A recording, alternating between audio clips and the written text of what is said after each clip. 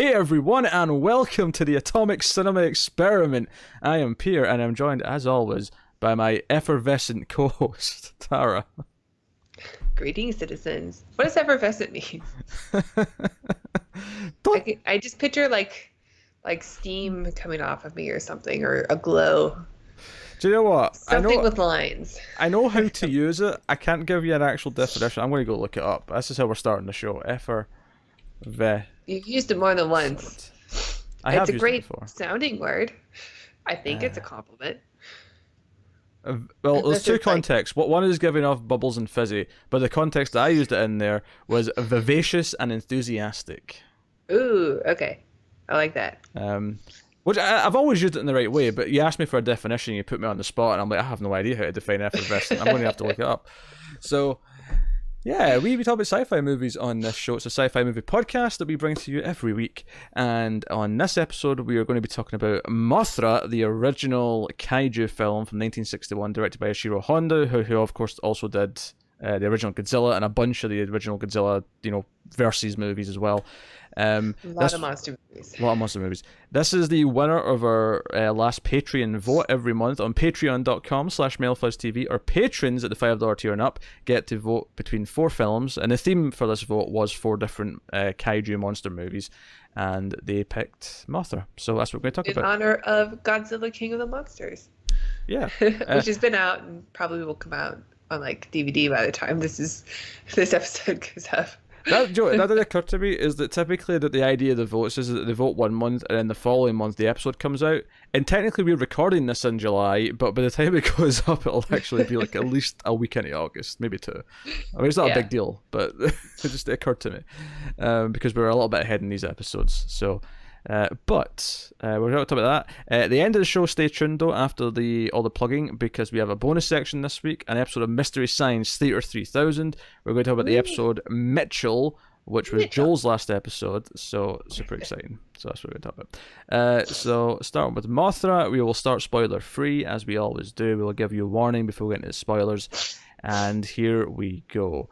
Mothra, basic premise is that the little twins who are associated with Mothra are kidnapped off of Infant Island and basically paraded around as a circus act for money, and they wish to be rescued and call upon Mothra to do so. And Mothra may hatch out of the egg, may turn into full-blown Mothra. Well, you find out in the movie. Of course she does. Why wouldn't she? It's not like there's Godzilla as well to keep us entertained. Mothra has to become full Mothra. So she's a caterpillar for a while, right? Yeah. We get the larvae version. Is that the right word? Yeah, I think we learned that in 3rd grade. It's a long time ago. So I had never seen this before. Obviously, I'm familiar with Mothra from various Godzilla movies. Really? I just assumed you would have seen it. Because you're a big Godzilla fan. I'm a big Godzilla fan, but I've never actually seen any of these solo movies or the other things that are connected to Godzilla. I've seen the '90s Gamera trilogy, which is a fun time, and I've seen what was the name of that trilogy that I bought a random US Blu-ray of? Dajimin. That's a trilogy that I've also seen. But I've never seen Mothra. I've never seen the original Rodan either, which was one of the other ones that was in the vote. That's strange, because I've actually seen this movie before. But and bizarrely, I haven't seen any of the other Godzilla movies except for the original Godzilla, the '97 Godzilla, and then the last 2 ones that came out in America. Okay, you know what? I'm going to correct you, but I want to make it clear it's not because I'm a fan of the movie. It was Godzilla '98, not '97. What'd you say? 98. Oh, okay, yeah, '98. And the reason why I hesitate. Sorry, I know you love that movie. I should. The reason why I hesitate in front of you is because Tara likes to joke that I, for some reason, like that movie, and it is You defend that movie all the time. That is a blasphemous... Look, just because there's some classic lines of dialogue in it that are worth repeating. There's 0 classic lines. There is.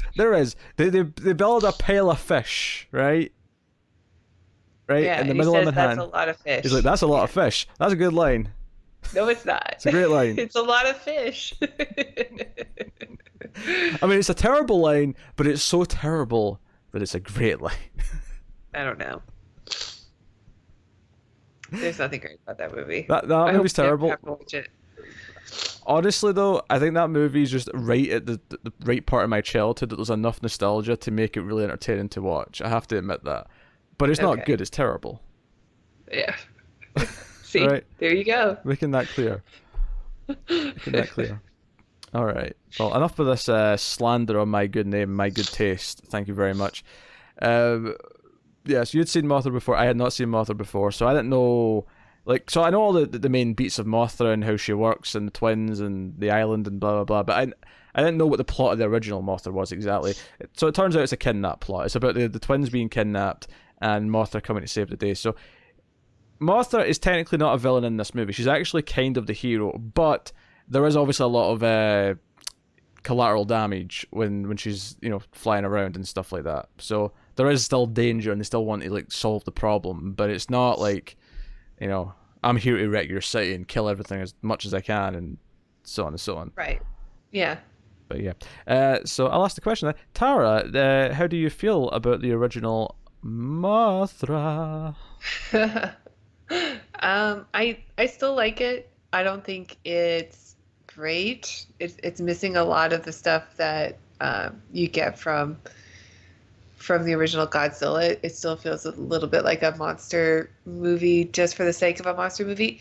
It actually feels a lot like King Kong while watching it. There is some King Kong. There's a lot of parallels with King Kong that I didn't recognize the first time I saw it. I would basically say that this feels more in line with the Godzilla sequels than it does the original Godzilla. I think some of the Godzilla sequels are much better than this one actually, but and this is better than some of the Godzilla sequels. A lot of I think Mothra as a design isn't that good, but I still kind of enjoy it. I don't know. I think she's one of the weaker designs, at least in the beginning. There's some great set pieces that I really love. I love all the jungle scenes. I think they're beautiful looking back in that type of style of camera work when color was new for theaters and stuff and or televisions, and I think that looks good. But Technicolor, I think, is what I'm trying to go for. Yeah. But for the most part, I think it's kind of okay. But I'm still positive on it. What about you? Yeah, I had fun with it, but it's definitely a lot more like some of the goofier Godzilla sequels, in that part of my enjoyment came from how goofy and wacky the characters are. The human characters are not good characters, but they're relatively entertaining a lot of the time. Our main character kind of is this reporter named Bulldog, who super goofy looking. He's super goofy looking. He has a lot of really super goofy moments. The way he reacts to things. He's a surprisingly good fighter though. At one point, that comes out of nowhere. But I feel a little uncomfortable that they call the twins the tiny beauties the whole time, or small beauties. I don't know why. I don't want them to say anything sexual about tiny girls.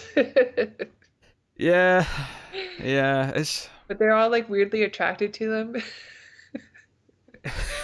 It's weird because there's even a line of dialogue in the movie that makes it very clear these are fully grown women. They're just tiny. They're just small. Yeah. They're a foot tall or something. Yeah, they're action figure sized.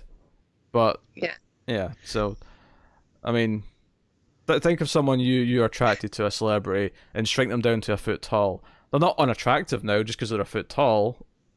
They're impractical for anything, physical, but I don't know why. It seems it's so awkward to me that they refer to them constantly as tiny beauties. Yeah. But it's still, I mean, sure, they're beautiful young women. You have the evil capitalist villain, Nelson, who... Yeah, and he's evil because he has an evil laugh. He's always laughing. He's always like... I'm evil. So he's always doing that, and he is purely about capitalism. So, yeah, the movie, I don't think is a great movie by any means. It definitely fits into just no. If you like all the Godzilla sequels, you probably would lump this in there with the above average batch of them.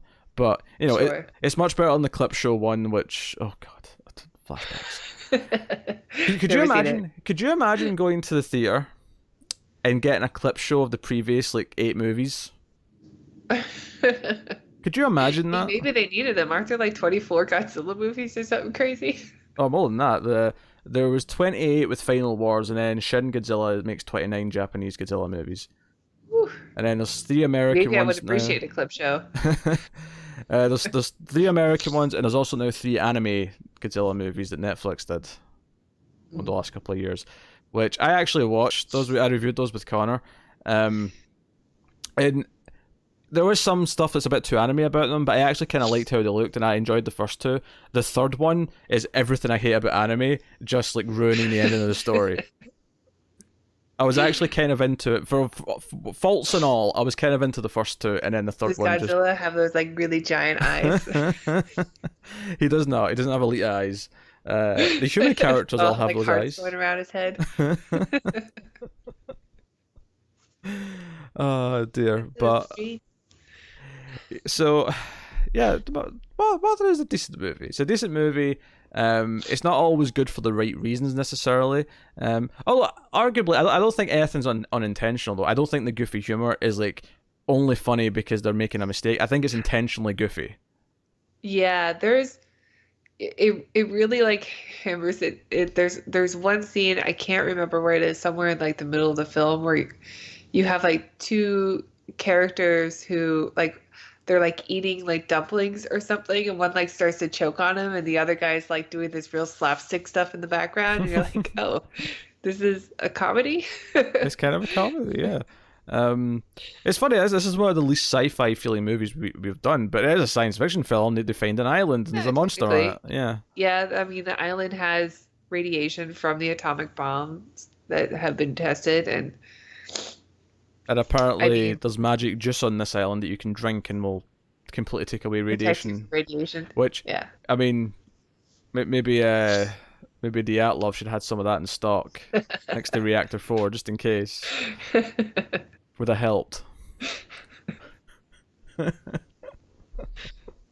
Yeah. Well, if the Soviet Union like wanted, were honest, then maybe the Japanese would have helped them. They're like, look, we have this magic juice. Yeah, exactly. You just drink this and shovel all that, graphite back into the reactor. Just ship, tons and tons of it to Eastern Europe, and just all the countries around Ukraine, just they can all get a nice dose of it.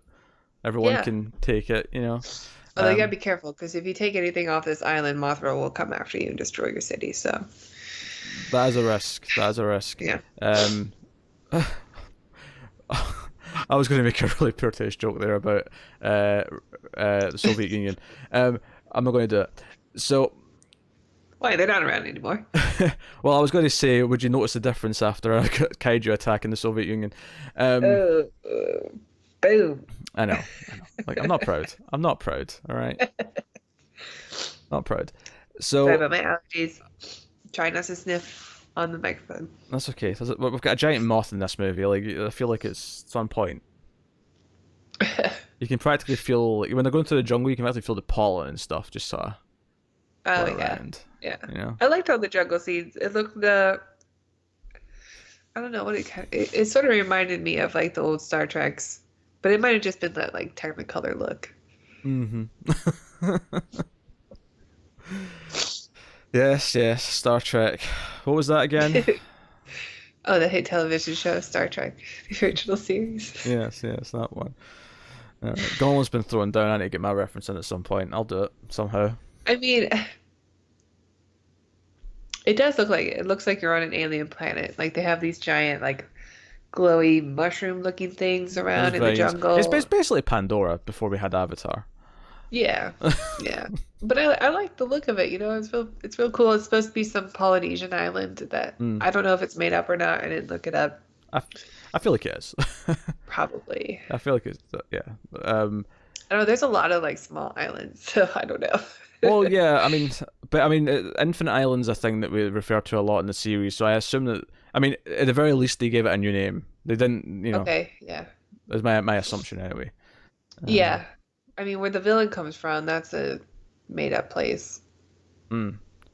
Because he goes to like Newkirk City, eventually. Which does not sound like a place in Japan or No. the surrounding areas, does it? It sounds like you're making like a cyberpunk dystopian thing set in what used to be the US, and Right. now Yeah. Newkirk City's replaced like Detroit or something like that.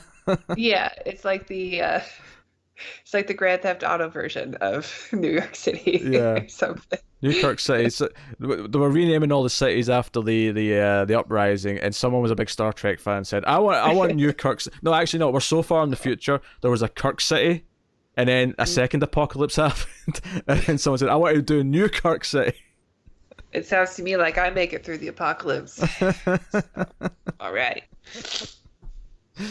Right, Sorry. right next to the state of Spockington and Spockington. the capital building's called the McCoy. It's not a bad name for a building, let's be honest. So is there anything else to say without doing spoilers? I don't know. We'll talk about the effects. We'll talk about the monster attacks. We'll have to talk about specifics, but we can talk about, do they look good? Are they fun? Are they exciting? They don't look good, but they are fun. There is a cityscape that is built, I assume, to be destroyed, and I did laugh when I saw it the first time. My favorite things in these old kaiju movies is the vehicles, because they Oh just my look like God, they're toys. so funny. Yeah, they're just They're all like toys. the same size, like just moving on a track perfectly in sync with each other. Yeah, it was good. It Hey, made me laugh. that's how people drive in civilized countries. They all drive completely in sync, all right? There's only one road. Everyone goes the same direction at the same speed, perfectly separated apart. It's a one-way system, all right? They've got a lot of one-way streets. In fact, okay, That's adorable. this is tangent. This is a completely forced reference, but this does remind me of one of my favorite lines from season 1 of the hit television show Buffy the Vampire Slayer. Actually, no, I tell a lie. I think it was season 2. Cordelia comes in, notices that Always Cordelia.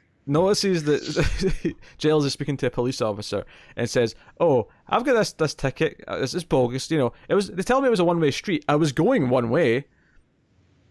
Stupid. That's a great line. That is a great line of dialogue. I blew my nose at that reference. Also, I just need to blow my nose. I have really bad allergies right now. I'm sorry. That's fine. I'm sure they'll forgive you. I'm sorry. I'm sure they'll all forgive you. I'm sure they're not. I'm sure they're not all cringing at home. What you need like a cough button. So every time you need to sniff your nose, you can just go, doop, and press it, and it'll mute it. Okay. Sorry, folks.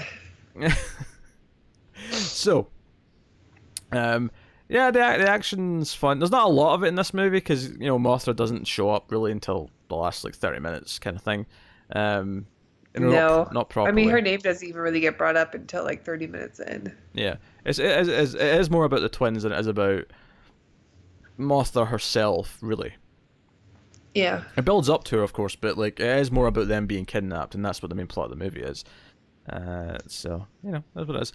But I think we'll give the spoiler warning just because I feel like we can't really talk about much more without spoilers. So we'll dive in to Mothra. The movie starts with a ship being destroyed by a typhoon, and these 4 sailors are on the island, and they get there's searching planes going about, and they're able to signal them. It's all fine, but everyone's like, "But you should be like dying.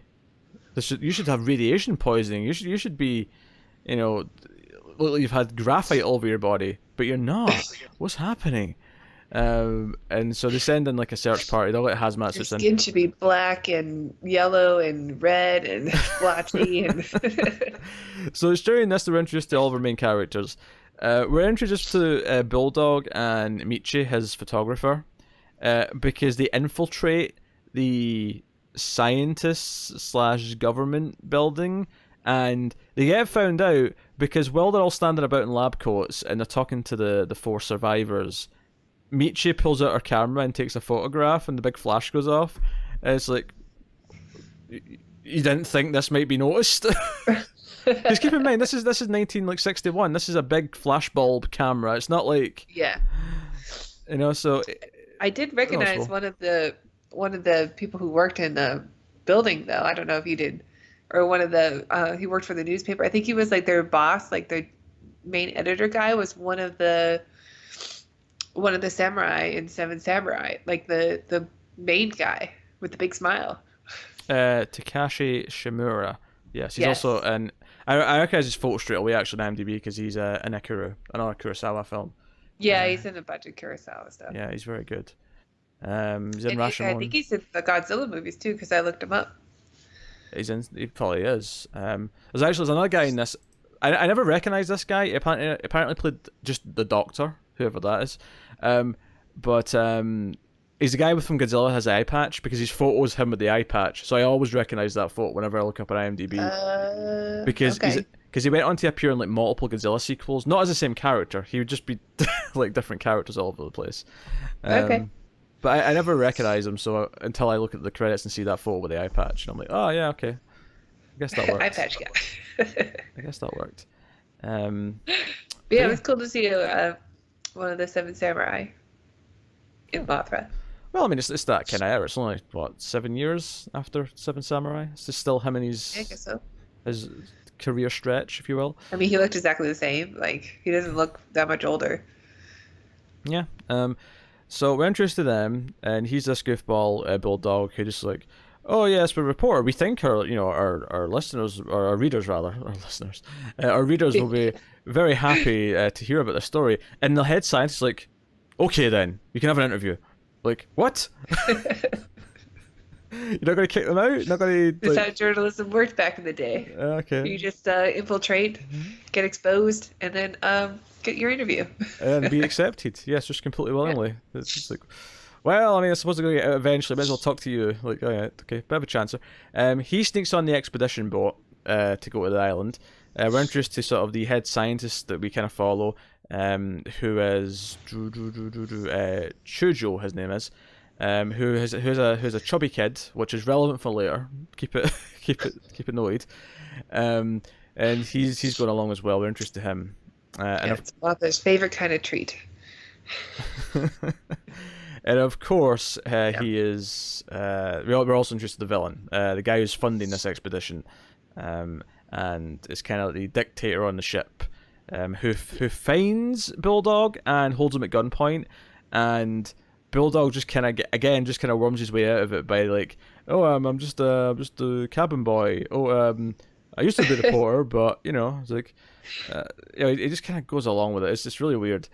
Yeah, man, he had his gun on him for a long time though. Like, jeez. He did.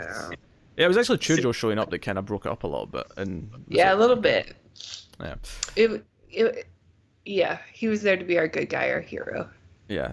It kind of sets up that this is a good guy, this is the bad guy. It kind of draws those lines, even though the bad guy's not done what he's really going to do yet, like the real bad thing that he does. So they go to the island, get their hazmat suits on, they're exploring, and it is very kind of otherworldly. This is where it does feel really King Kong. It feels like they've arrived on Skull Island and they're searching, and those weird things here, those giant vines. The plants are like trying to kill them, and like So yeah, no, like the twins actually save Chujo by kind of just warding away they sing and get the vines go away. That's all fine and well. Then they come back into the island. They meet the twins again, but the villain Nelson tries to take them, and the natives show up though and stop them. And it's clear that obviously, Bulldog and Chujo don't want to take them, but it's the natives who actually stop them. And however, once the good guys go back to the mainland, Nelson comes with a team with guns, and it's actually a really dark scene. He kills a bunch of the natives and kidnaps the twins. I was actually kind of surprised how dark this was, where they just start unloading ammo into the natives. So I was like, oh, okay. Yeah. all the natives are doing are like clicking seashells together or something, and they just get mowed down by bullets. Yeah. I almost want to tell him, no, you want coconuts to do the horse sound effect. You need Yeah. coconuts, not seashells. So yeah, they kidnap the twins and they put them into a show where they King make Kong. yeah they have them come out in this little carriage that sort of like it glides down like a rope from like the back of the auditorium, and it lands on Yeah. the stage, and then they get out and they sing, and they seem to be very willing to sing because they just like Yeah. singing. That's what they do. Except they're singing a song about Mothra. Saying us about Mothra, and we've heard that already because I think it was Chujo who was doing research and was like because he's a linguist. And he was reading like the cave paintings and stuff from the island, and he's like, "This means Mothra," and they don't know what it means, but they're like, "It's Mothra." What is Mothra? We'll find out what Mothra is, I suppose. I assume by the end of the movie. Yes. All right, okay. Joke didn't land very well. I'll accept it. I'll move on with my life. So at this Good point, one. we kind of have this thing where like the heroes are trying to get in to see them. They're not happy. They try and like get the newspaper to write about them being enslaved by the villain. They go to see them. The villain lets them speak to the twins, and we find out that they can speak to people telepathically, and that they are singing for Mothra to come and save them. We also see on the island, the natives are dancing in like front of the egg and singing and try to make Mothra wake up as well, which of Yeah. course it ultimately does. So, yeah. A lot of the middle of the movie is a lot of hijinks though, because I mentioned earlier on there's a scene where Bulldog shows that he's a really good fighter, and it's this weird thing where after they've seen the girls once, they want to try and see them again when Nelson's like busy somewhere else, distracted, and they got there's a guard, there's a guy sitting there, and they're like, "Oh, we're going to see the girls." Like, no, you can't do that. Not when Mr. Nelson's not here. And so they let me in, and like a bunch of guards show up. They end up with like 4 or 5 people coming to get them. And Bulldog's like, go and talk to him. I'll hold these guys off. And I was like, wait, what? You can do what now? And he starts like kicking them and punching them. In fact, at one point he takes his like rolled up newspaper and just slaps one of them over the head with it. He's like, "Oh, they don't call me the Bulldog for nothing." I'm like, "Oh, I guess so. I guess that's where you get his name from. Yeah. I guess so." And it's not even relevant for the rest of the movie. It never comes up again that he's like this great fighter. Maybe he learned from his samurai boss. Stupid. Was that you calling your own joke stupid there? Yeah. Good. I'm so used to hearing it after I make a joke. This is a nice difference, a nice change. Nice change. Yeah, it's stupid. Change of pace. Yeah, no, you're totally right. Same continuity. This is the samurai. He's immortal. He's actually he's a mystical, immortal samurai who's been alive all this time. And he's in the newspaper business because he just thought, you know what, I fancy the newspaper business. I've been around a long time. The samurai thing's getting old. People don't really hire samurai anymore. Yeah. Time to switch careers. Yeah. So now he's a newspaper man. Good for him, It's only been like a few years and he's already people's boss. So It's, good for him. It's been a few years. Seven Samurai was set in feudal Japan time. I'm going by the, Years of the movies, okay. Yeah. No, I was thinking it was basically around the time the printing press was invented that he thought, you know what, this is going places. So he got in from the ground up. You think he'd be higher up then? He likes his job. He's turned down promotions. He likes being the editor. He likes being in charge of the front lines. That's my guess. So, yeah, so we have that weird fight. So we also have a weird scene where Chujo's son, the chubby kid, sneaks in. Like he actually does like some Scooby-Doo hiding. He hides like a basket at one point. Does he hide inside like a Fabergé or not Fabergé, like a paper mache chicken? He does. Costume or You're right. something? Yeah, he does. You're totally right. Like a Trojan chicken. And he gets caught. In fact, when when his dad hears that he's here, he comes rushing in with Bulldog, who's also shown up, and they race into the try to find the girls, because this is a little bit later when the bad guys he's fled with the girls, because up until a point that like the government's okay with it, but then eventually when they realize Mothra's coming, they demand him to give them up, and he goes on the run. But when the good guys get there, they find his son like duct taped and gagged and like tied up on the floor. And I went, okay, this is pretty extreme. It's pretty extreme, because I think by this point Mothra has arrived. We've seen her like break up a ship.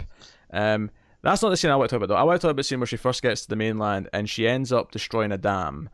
Because I want to talk about, you know how that moment you always get in movies where there's a disaster or maybe a superhero movie where like a building's burning down and they'll be like, oh no, my puppy or my child, no, my baby, yeah, is still in the building or something. Right. Usually in those cases, it's a child that's big enough to walk around on their own, so that's why they're still in there, because they've made a dumb child choice not to move with their parent or hide somewhere stupid. This woman... This one is just a baby in a basket on a dam.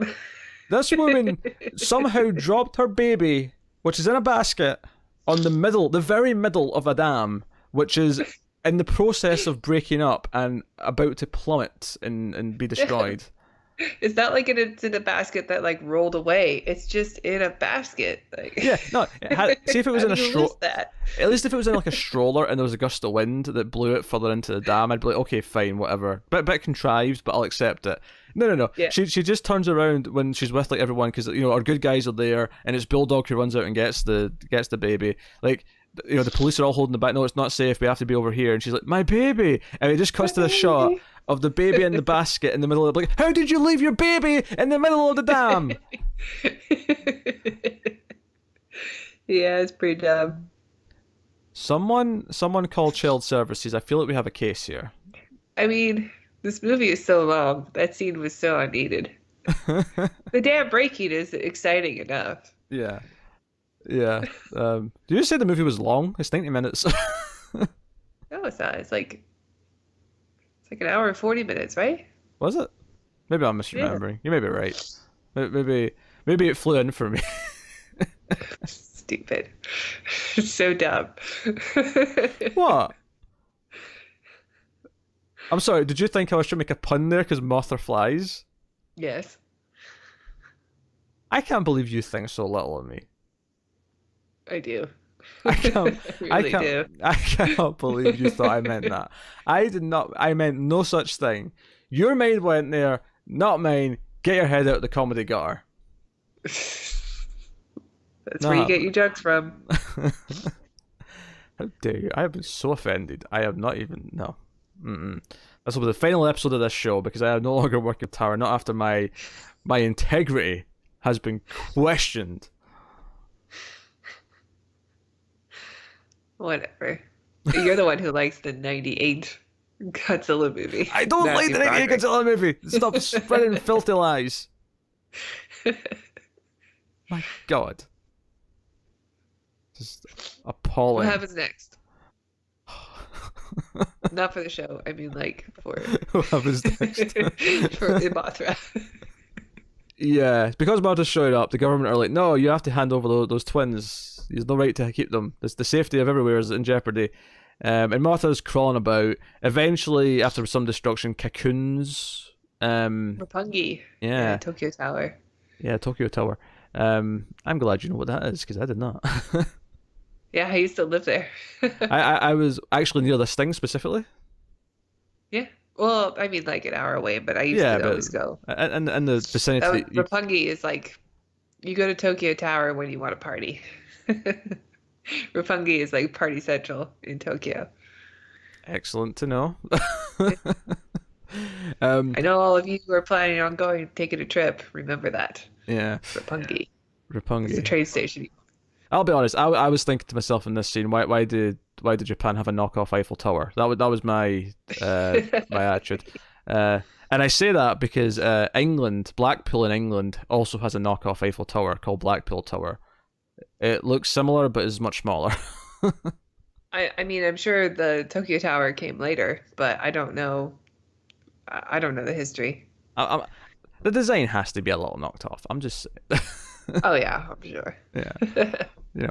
So yeah, so that Mothra cocoons, we get some fantastic scenes of the villain laughing as he's gleeful about the fact that because they think Mothra's dead at one point, because they think they've destroyed the cocoon at one point. Yeah, they've burned it. And he's all happy, so they come out of hiding and they go into town, but they're accosted by the police, and we get a shootout. We get like a big shootout in Mothra, where they just open fire on the police and kill like 3 cops. But my favorite part of this scene though, so Nelson gets shot at the end of this. Like one of the cops just shoots him like 2 times in the back, and that's it. He's dead. Yeah. My favorite part of this scene though is that right before he gets shot, for some reason Nelson grabs a cane off a random old man who's struggling to walk. And he doesn't even use it. He just throws it down on the ground as soon as he's got it. He just has to do one more evil thing before he dies. Yeah, pick on the elderly. It's wonderful. It's just this wonderful random moment where he just grabs this old man's cane and just throws it to the ground. I don't even. It's like he thought he could do something with it, but then once he had it, he's like, you know what? Nah, that wasn't going to work. And he just throws it away. And this old man, like the old man's wife's just like holding on to him, making sure he doesn't fall on his ass. Yeah, it's a big deal if an old man breaks a hip. It is, yeah. Yeah. So I don't have much to say about this. The villain is ridiculous. Oh yes, yeah, he's totally ridiculous. So one of the plans before this was they were using this weird shielding around the twins to try and block their telepathy so that Mothra wouldn't come. Yeah, it's like lead shielding or something. They said they used it in nuclear reactors, and I thought that's where we were going to talk about Chernobyl, but you brought it up way beforehand because it's, of course, a movie about radiation. Yeah, radiation. Of course I went there first. We can talk about Chernobyl some more if you want. Oh, what a great show. Do you know, I love the idea that it's been like 2 months since it ended now, and we're still cracking Chernobyl jokes. And I bet Dyatlov would have done that too. I bet he also would have taken an old man's cane and thrown it away just to do something evil. Yeah, but I feel like when Dyatlov does it, he would take it, throw it away, and go, "So you need a cane, do you? Try to pretend you can't walk. Is that it? Just do it. Just walk. Stop pretending." Like he would. He would, yeah. Throw it away like an operation manual. Exactly. That's exactly the scene I was thinking of. So, now, by the way, can I just, like, has there really been no movies where they've used Chernobyl and then but fictionalized it and turned it into that was how like a kaiju was born? Has that really not happened? Oh, there's got to be some like B horror films. Yeah, there has to be a thing. There has to be a thing. Like made for Sci-Fi Channel stuff. Yeah, I was theorizing that they might do something in Stranger Things season 4 because next season will be in 1986 and Russians are involved in the plot. So I'm expecting some Chernobyl tie-ins. Maybe I'll watch it. I'm like the only person on Earth who hasn't watched Stranger Things. You need to get caught up for the potential Chernobyl season. Yeah. But no. So I hope that the monster is just Dyatlov. Just giant Dyatlov. He's like a kaiju. and he's white scrubs with his hat. Yeah. Mustache. Blaming everybody else for dying. Oh dear.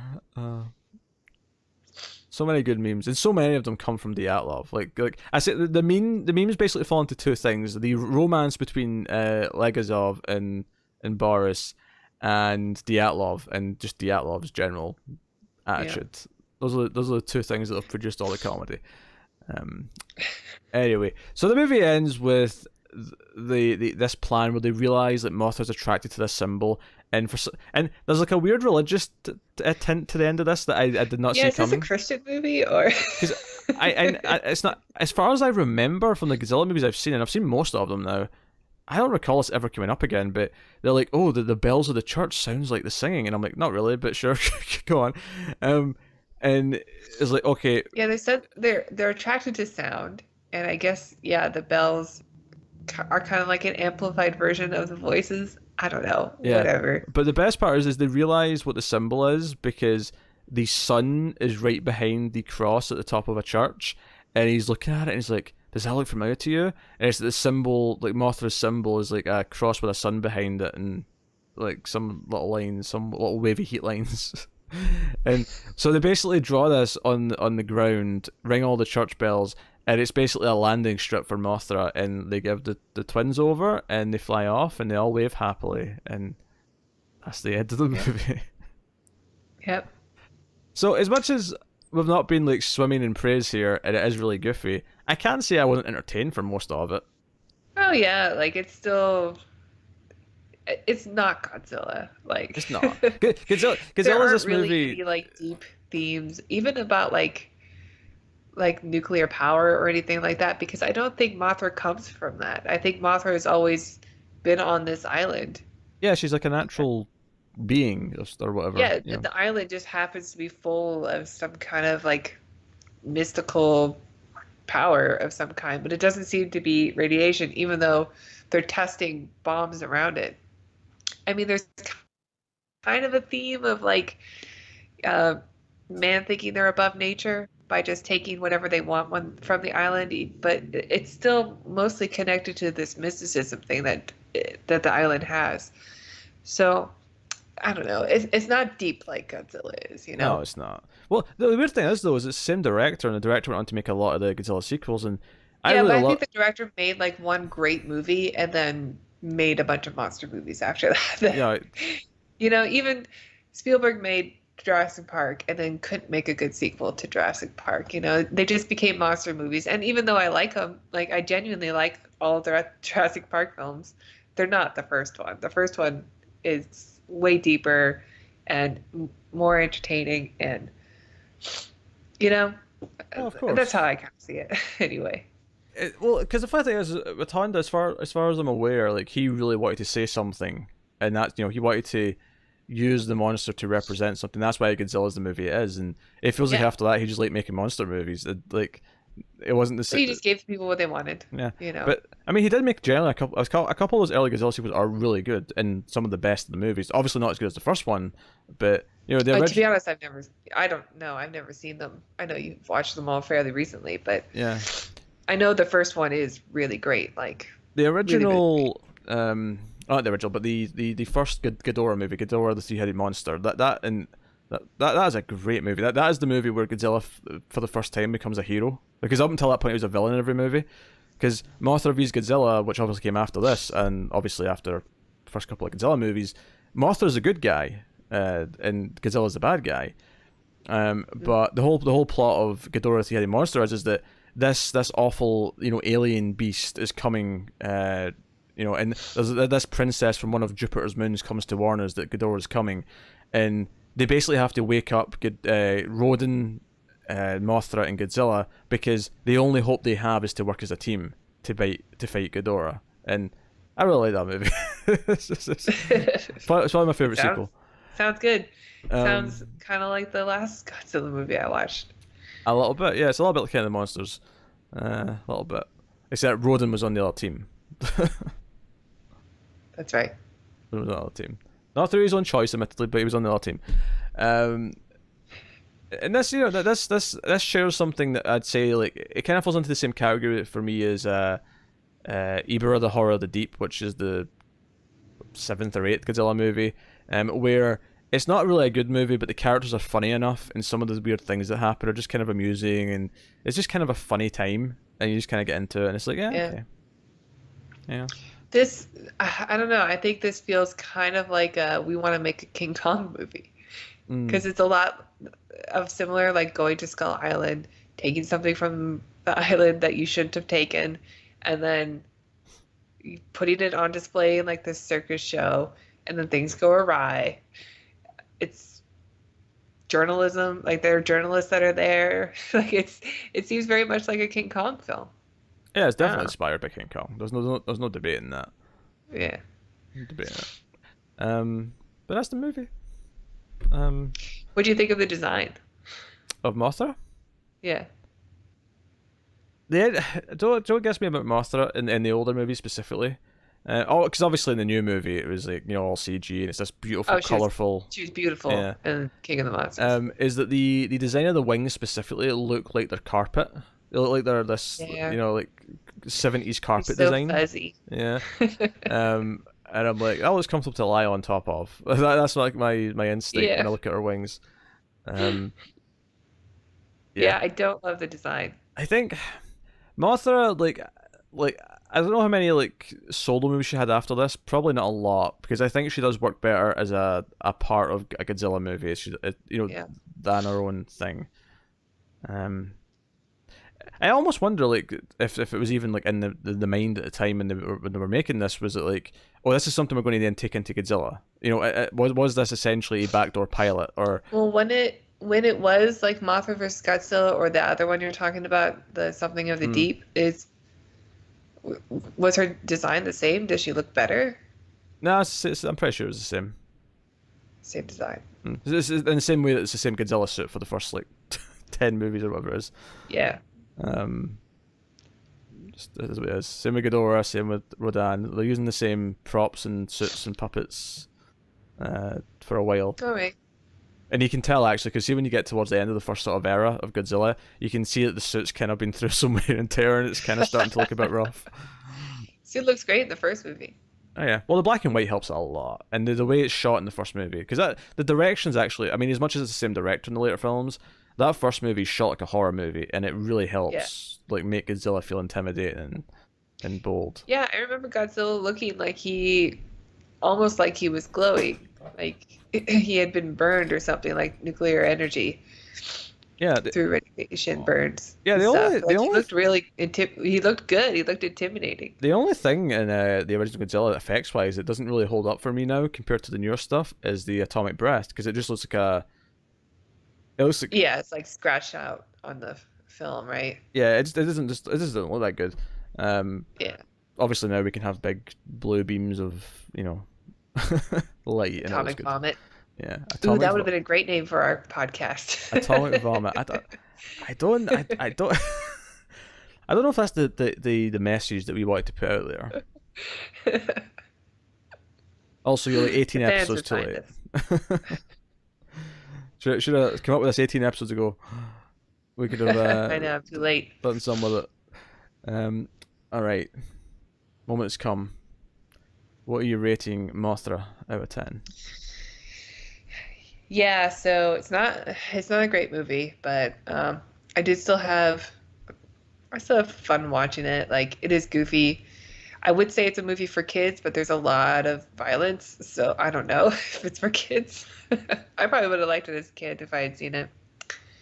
Um, it's a fine B movie with a better budget. I'd say it's a 6.5. Okay, okay.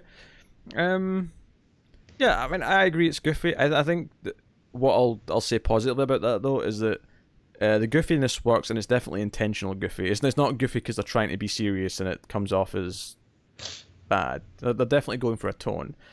And yeah, the plot's fun and characters are fairly memorable. With the exception of a photographer who's just kind of there for the odd punchline. You'll notice when I was describing the plot, I almost never mentioned her name. But there's a joke. Yeah. There's a joke at the very end actually where after Mothra flies off, they go, "Oh, that'll make for a great piece in the newspaper," and then she goes, "Oh, I forgot to take any I pictures," forgot to take the picture, yeah. and then they all just start laughing, and I'm like, "Okay, wouldn't you actually be pissed at that though?" Wah, wah, wah. This giant Yeah. kaiju comes in, this like wonder of life shows up. You're going to have to write a story about it, and the photographer just forgets to take photos. I wouldn't be laughing at that if I was her editor. Yeah. He's going back to his samurai roots when she comes back to the office with that news. She's getting cut in half. Yeah, he's pulling out a katana and saying, "All right, are you familiar with seppuku? Because Yeah. you're doing it." You have brought great dishonor on our paper. We'll have to do an artist sketch of Mothra. Probably look better than the actual Mothra. The Daily Star down the street. They've got a photo. We don't have a photo. We're chumps. All thanks to you. But yeah, so yeah, she doesn't have a lot to do. Not that any of the characters really have any great arcs or like good story or anything like that. But she is just kind of not a No. prop, but like a this tagged on kind of jokey character that's just kind of there for the odd joke. But hey, so I will give it. I'll give it a straight 6. Not good, not terrible. No, that's 3.6. Thank you very much. Yeah. That's 3.6. All right, so that is Mothra, which is actually one of the shorter movie discussions we've had in a while. I knew it would be shorter, though. These types of movies don't tend to, It's not deep, yeah, you know. have as much to dig into. Oh, yeah, because Rocket Man was deep. We still went like an hour 40 on that bad boy. Rocketman's a freaking masterpiece written by the writer of Chernobyl, which is a 10 out of 10. So, yeah. You can check out our review. Yeah, you can. Why? The review, which is longer than the movie itself. John Jacob Jingleheimer Schmidt. Classic. Now I'm just thinking of that scene where he's shouting out different acronyms that he knows because they're launching and the other astronauts are like saying things. KFC. CNN. Yeah, exactly. It sticks with you. It's great. Oh no, I don't know if the movie. I don't think the movie sticks with me because of the movie. The movie sticks with me because you made the movie stick with me. So funny. Oh dear. So that is Mothra. Of course. By the time this goes up, the August voting will probably be up, and the July voting I've already hammed. But do check the vote. Make sure you remember to vote before the end of the month if you're a patron at $5 tier and up. Ooh, we're doing Spielberg movies. Yes, I mean by the time this goes up, that vote will be over, and we'll know who won. But sorry if you missed out on the Spielberg vote. But since we mentioned Patreon, this is a good time to plug it. Tara, tell them about Patreon. It's patreon.com/MouthfuzzTV, and you could donate as low as $1 per month, and you get bonus episodes of the Ace. We've done 3 so far, and we're going to keep them going. So One per month. One per month. And if you donate $5, you get to vote on what we watch next. Yeah. And you get similar sort of benefits for other shows we do, like Screams After Midnight and so on and so on. You get some stuff early. Also, we have the vault for Patreons too. So if you want to, I love saying Patreons. So if you want us to watch a particular film that is not on the vote, you can put it in the vault and we'll consider it. Yes, except the vault is the 121 in Flux version. What was the? Oh. What's the S Oh, one the called? reactor. The reactor. There you go. There you go. It's new. I'm new at this. Yes. So yeah, go to Patreon. Get us on Twitter at the Ace Podcast for updates and whatnot. You can send us in questions, and we encourage you to do so. And we'll pick questions occasionally to answer at the end of the show. Probably on episodes where we don't have a Mystery Science Theater, we'll maybe sub in a question or two for some shits and giggles. But you can send questions to us on Twitter at the Ace Podcast. But you can also do it if you want to send a longer question, something a bit more thought out, or even I don't know, send us in like a game to play or something. I don't know. Give us some sci-fi trivia, and I'll question Tara some sci-fi questions or something. I don't know. Whatever you want. But you can send that to an email that we have now set up. It's called mftvquestions@gmail.com. I'd asked Tara to give you, but the last time I did that, it was a complete disaster. It was in a worse state than the city was after Mothra had been flying through it. So, so mftvquestions@gmail.com. The only thing we ask is that you put the title of the show you're asking a question for. So in this case, the Ace in the subject bar, and remember and sign your name so we can credit you. So you can do that. Go do that. Otherwise, check out other content we have, other content we produce, other content that we do, other things we talk about in podcasts like this. Tara, promote something. You could check out the horror movie show that you do with Tim. It's really good. It's called Screams After Midnight, if you're a fan of horror films. Check out the Star Trek reviews that you and Connor are doing. Those are always fun. On season 2 of Next Generation. Boom. Yeah, we are. I love... So close to the clip show. Oh, God. I love how much hesitation was in your voice before you thought of something. It's such a positive like yeah, I got so much great content. Let me think. Screams After Midnight is not bad. Yeah, it's pretty good, I guess. Well, Tim's on that. The guy, yeah. The not you. Yeah, the one that's not me. The less attractive one, yes. So, come on. What? I didn't have a reaction. We know it to be true. How dare you? So there you go. That has been the main portion of the episode, which does leave us one final thing before we say goodbye, and that is discussing a certain episode of Mystery Science Theater 3000, Mitchell. Mitchell. Joel's swan song. Yep. There's plot in this episode, and the skits to explain why Joel's leaving. He escapes the satellite of love, and Mike, who's there doing some maintenance, is kidnapped. He's just a temp guy. Yep. He's kidnapped and shot into space, so he is now the. Was this the last episode of a season? I want to say yes, but I don't know for sure. Okay. Just curious. Maybe not, actually. It might have been like I think it was sometime in season 5. I'll look it up while you talk about the plot. Oh, wait, what? I need to talk about the plot. So Mitchell is a high-octane action cop thriller in which a cop named Mitchell, Played by Joe Don Baker. Is investigating a drug cartel, but also the suspicious murder. So no, it's the middle of the season. Middle of the season, cool. Middle of season 5. Yeah, so there's there's a home intruder who gets shot by John Saxon, who's in this movie. John Saxon's in this movie, classing up the joint a little bit. Big names. Yeah, big names, and We got John Saxon. We got Linda Evans. We've got Joe Don Baker, of course. The guy who plays juror number 1 in 12 Angry Men. Yeah, that's another good pick actually. But we have this intruder who's shot by John Saxon, and even though he's intruding, he's actually running away when he just shoots him in the back like multiple times, like really viciously. So Mitchell. John Saxon goes, "Hey," and then the intruder turns around. What? And then gets shot. Oh.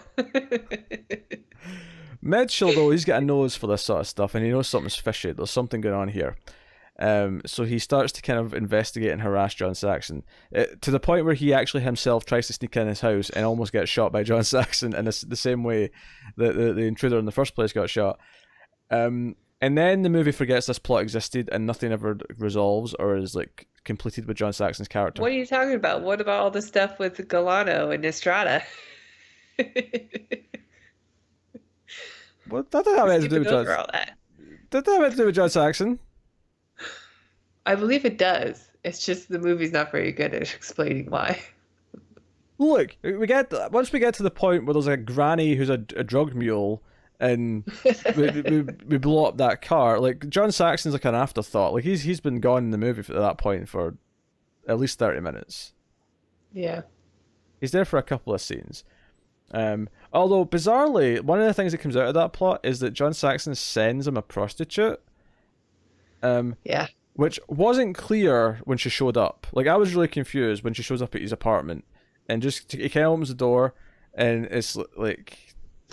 I don't even know, what was the line she says? I don't know, but it was like something just really kind of like vague, which made me assume they knew each other because it was so like nothing.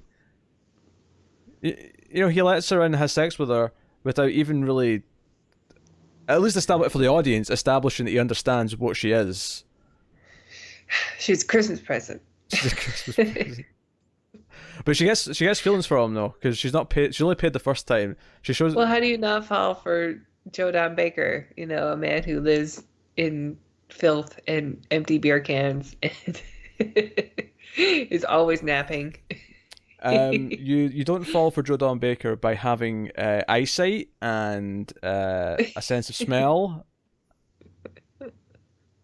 Yeah.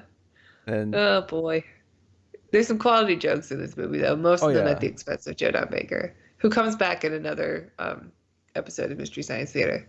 Oh, I'm sure we'll get to that savory. I believe it's the Gunslinger. I think it's like a season 9 episode.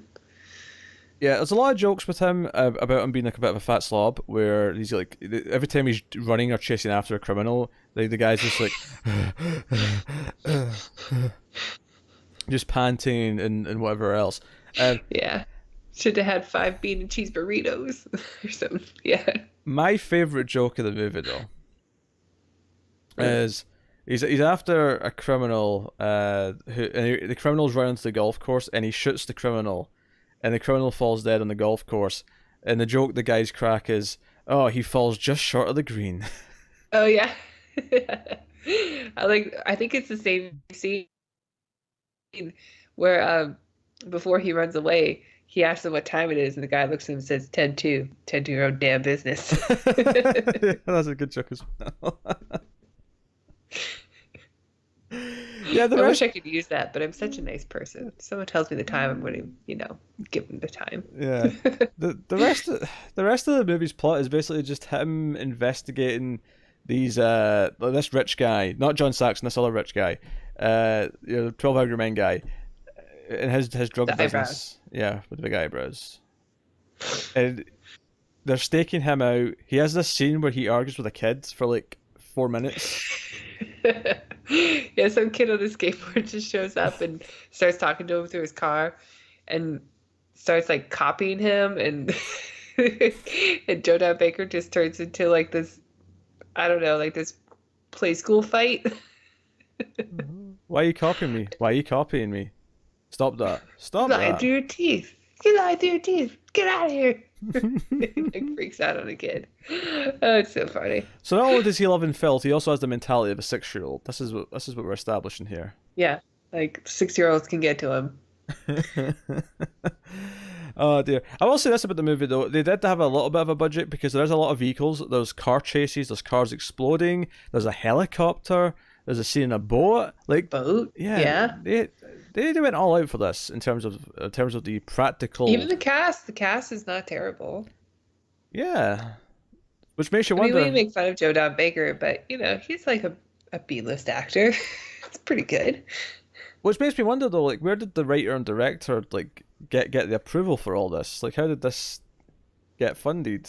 Like what madness I don't led to know. this? It's like late 70s, right?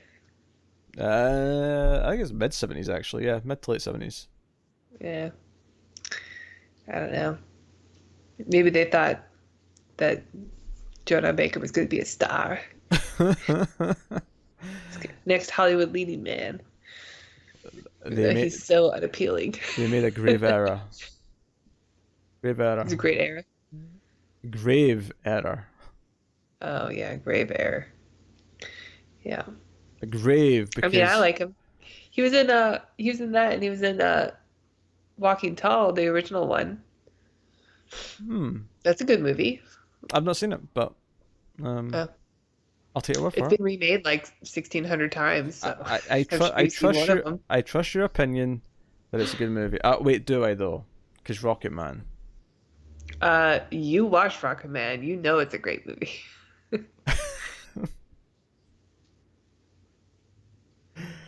Oh dear. Rocket Man actually came out the same year, I think, as Godzilla, 98. Yeah, sounds right. Maybe 97. Maybe 98. Yeah. I guess what I'm saying is Um, which one's the better movie? Because I don't think it's that obvious.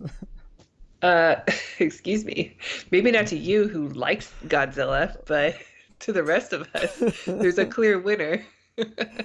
I will not stand for this slander. How dare you? What else happens in the movie?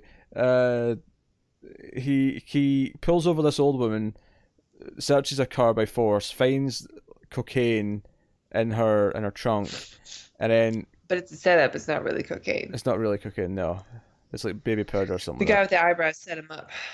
Yes, guy with the eyebrows, which So that leads to Mitchell would get shot. yes, Mitchell. Well, that's it. I mean, without explaining why we keep saying Mitchell like that, another running joke in this movie from the guys is that anytime like there's just a really awkward scene of him walking somewhere, or he just has a really bad line of dialogue and then walks away or something like that, they'll just go Mitchell, Well, plus the music's so funky. Like it always lands on a note where Oh, you can sure. just Well, add like Mitchell I at mean, the end. that leads back to the opening credits, though, because it's such a funky tune. They start Bow doing, now, bow now, bow now, waka waka waka yeah, bow now, bow bow Mitchell.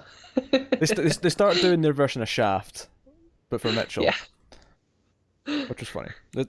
it's so funky. It starts the movie off on a really strong note, well, I say the movie. It starts the episode of Mystery Science Theater off on a really strong note. Yeah. So there's a lot of good jokes in this one. They were coming fairly frequently, thick and fast. I don't know if I think Time Chasers had a really good high standard for the joke quality with frequency. This one got close though to that.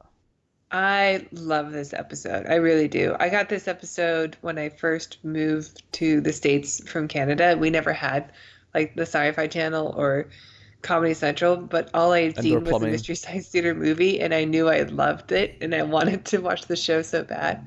And my brother bought me Mitchell on VHS, and that movie got worn out. Like I had watched it so many times that there was snow falling in every scene, and I lent it to friends, be like, "Watch this, they love it." And of course, I'm the only person who ever loves it. But Not you know, anymore. it's yeah, exactly. So this Also, movie just or this episode really like I know every joke, every line, and even though I've seen it 1,000 times, I still can't really explain who Galano is, but I oh yeah, there's parts of the plots that I can't understand or because they just don't explain them very well. Also, I just want to point out before we move on, since Tara never reacted to it, I never got to play out the joke properly. No offense to any Canadians, all right? What? Why is that offensive? Well, no, when you were listing, you said we didn't in Canada we didn't have Sci-Fi Channel or we didn't have Mystery Science Theater. Oh yeah. I then said or indoor plumbing, Oh. but you never reacted, and I didn't want to just leave it hanging there. Like, wait, the audience going to hear that, and there's like no payoff to it. Well, the audience would hear it even if I didn't hear I it. know, but because they hear it and there's no payoff, there's no like resolution where you get to be mad at me for it. They don't get to like live through you and fight back at me. Well, it's too late now. I was playing I'm playing the villain to Canadians for a second, which I don't know why. I like Canada. So anyway, I really love this episode. This one's really high on my list because of how much I watched it. I don't know, it's kind of special even though it's just a TV show. No, it's really This solid. episode's special to me. It's a really solid episode.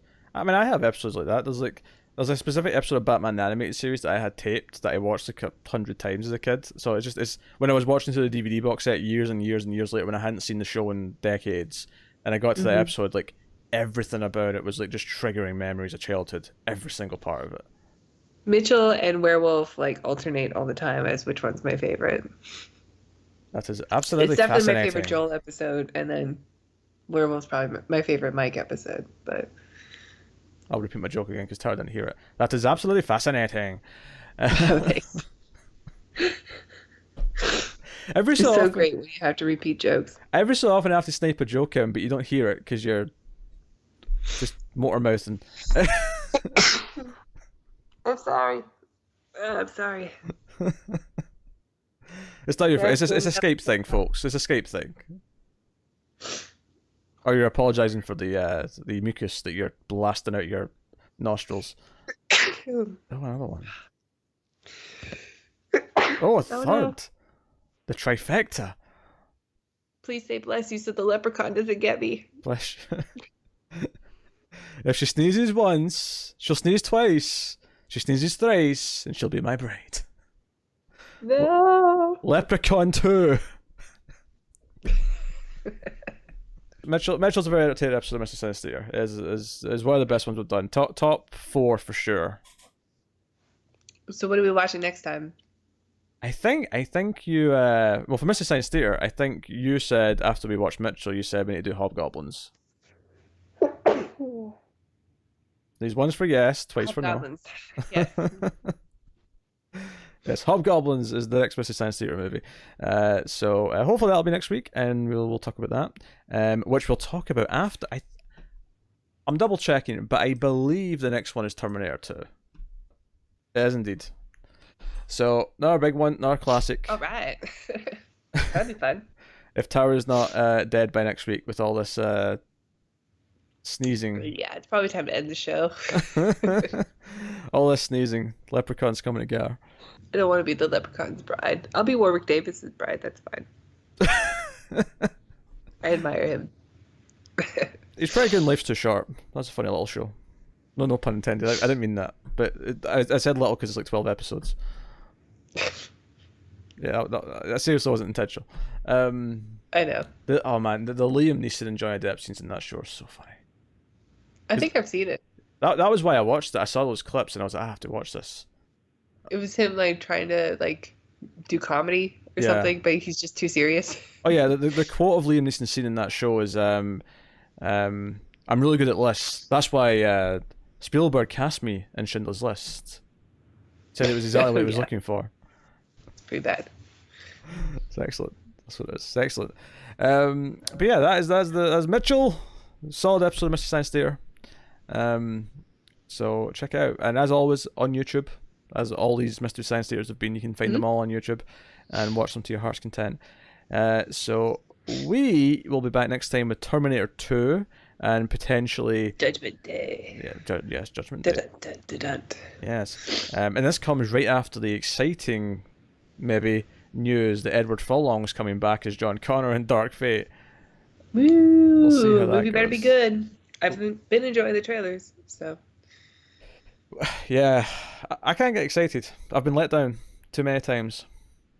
And Terminator is kind of like the Alien franchise right now, where after Covenant, I can't get excited for an Alien movie until, I see the movie and it's just good. Deadpool director's doing this one, right? Dark Fate. Yeah. Yeah, it's kind of lukewarm on Deadpool, so. Yeah, I was like, But it's got that chick from Blade Runner 2049 and San Junipero. San Junipero. I like her, Mackenzie something. Mackenzie Davis, yeah. Yeah. Yeah. And like her. Gabriel. Oh, let's say Gabriel Luna. I maybe get his name slightly wrong, but yeah, the evil Terminator, the new one, is from Agents of S.H.I.E.L.D. He was Ghost Rider on that show. So. Oh, people really like that character, I heard. Yeah, no, it was pretty fun. So nice to see him in something too. We'll see. Actually, one of my complaints about the trailer, since we're talking about this now, is and one of my complaints about Terminator 3 actually, which I'll bring up of course when we get to that movie, is that they tried to top the T-1000 but failed miserably because like, oh, we'll do the liquid metal but over the top of a sleek like metal skeleton, and I'm like, that's not better than the T-1000. Being completely liquid metal gave him way more options in mobility than the Terminatrix had, which by the way, Terminatrix, terrible name, clearly just cashing on the fact that Matrix was a big thing at the time. And I thought they were doing the same thing with his character in Terminator Dark Fate, but when I saw the trailer again in the theater like a week and a half ago, whenever I saw Annabelle 3, I realized that one of the things he can actually do is that the liquid metal comes off of him and then makes a duplicate like the T-1000. You can actually have multiple of them because he lets the liquid metal make it's a like second two one. Terminators. I'm like, okay, you know what? That's a bit more interesting. He may be And- intimidating. Even though liquid metal is clearly better, so why would you ever have it just like a skeleton? But other than the fact that it looks awesome, and now you get to have both. So I think it is kind of cool. Do you know what I the don't know, problem I'm is? getting a little excited, so The I'm probably going to be let down, but oh well. The problem is that James Cameron made the Terminator, which is like a perfect movie. He made Terminator 2, which is almost a perfect sequel, if not perfect. And he already Find out next time. Find out next time. But he essentially already like went to the most extreme, like worst thing he could imagine, which was just full on liquid metal. He already made the most deadly thing, and every sequel since Unless is they like make like a gaseous Terminator. a gaseous Terminator. Terminator gas. I feel like the fart jokes would just be coming thick and Be fast. the dark fart.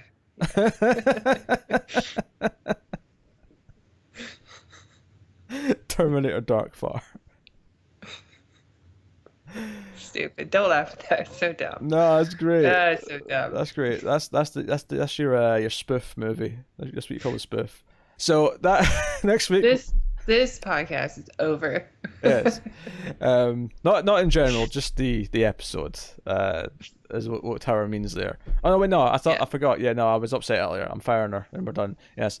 Oh, But okay, so it's actually over. so Sorry, guys. should she sweet talk me enough in the next week to accept her back and start the show again? Next week's episode will be Terminator 2. That doesn't sound like me. So sorry, guys. I'll give a full report next week because I'm confident it's going to happen. Enjoy The Ace, starring Peter and Connor. Oh God, no. All right, you know what? I'll forgive you. I'm back, baby. You just had to threaten me with more Connor, and I was like, you know what? I can forgive your transgressions. It's fine. All right, that has been the Atomic Cinema Experiment. This has been episode 18, 19, something in that range. Do you know the problem is? It's because we record a couple of these, we're a couple of episodes ahead in this, is that I can't just check YouTube and check what the last number was. Because I can never remember how many ahead we are. Well, then stop using the number. Stop saying the numbers at the end of the podcast if you can't remember what they are. You do it every week. I know. This is episode, I don't know. You know what? You're right, Tara. You're right. And I will fess up. You're right. I should stop doing it. I'm making it worse. I mean, it's kind of funny, but I'm making a pledge. I will stop doing it. Just say this has been episode Mothra. and, until we get to the point where I know we're over your age, and then I'll just always refer to it as this has been episode X plus Tara's age. No, I don't like that plan. That has been the Atomic Cinema Experiment. This has been the Ace. Thank you once again for watching and listening. Like and subscribe and all the usual bollocks that we always ask you to do. Check out the Patreon, all that other jazz. We love you loads. And keep watching sci-fi movies. We'll see you next time, guys. And computer. Add salsa. Yum, yum.